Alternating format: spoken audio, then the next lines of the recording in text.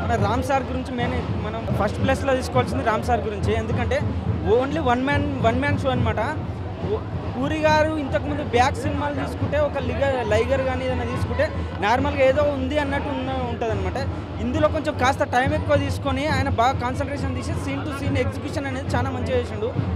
కానీ ఆ పూరి గారి టేకింగ్కి మన రామ్ గారి యాక్షన్ అనేది నాకు తెలిసి ఈ మూవీలో రామ్ గారు తప్పితే ఇంకా వేరే ఏ హీరో కూడా నా ఫీలింగ్ మాత్రం ఏ హీరో మాత్రం సెట్ అవ్వడు. సార్ యాక్టింగ్ మాత్రం ఎలా ఉంటుందంటే ఈ మూవీలో అసలు ఇస్మార్ట్ శంకర్కి డబల్ త్రిబుల్ ఉంటుంది అనమాట.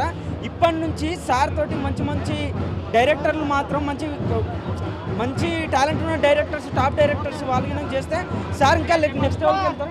చాలా పర్ఫార్మింగ్గా పెద్ద స్థాయికి వెళ్తారు Ram sir. Energetic star Ram Pothineni అంటే ఏందో మళ్ళీ చూపెట్టాడు ఈ సినిమాతోని. పర్ఫార్మెన్స్ మాత్రం వేరే లెవెల్ భయ్యా. స్టోరీ కొంచెం మీరు చూడండి, రామ్ పర్ఫార్మెన్స్ మాత్రం నెక్స్ట్ లెవెల్ ఉంది. ఎనర్జెటిక్ స్టార్ అని మళ్ళీ ప్రూవ్ చేసుకున్నాడు. రామ్ మాస్, సంజయ్ దత్ మాస్ బాగుంది, చాలా బాగుంది. మంచి నాటుసారా లాంటి సినిమా బాగుంది. మాస్ పూరీస్ బ్యాక్ అని చెప్పొచ్చు. ఆర్మీ మార్క్ ఉంది. పూరి గారి స్క్రిప్ట్ కూడా చాలా బాగుంది.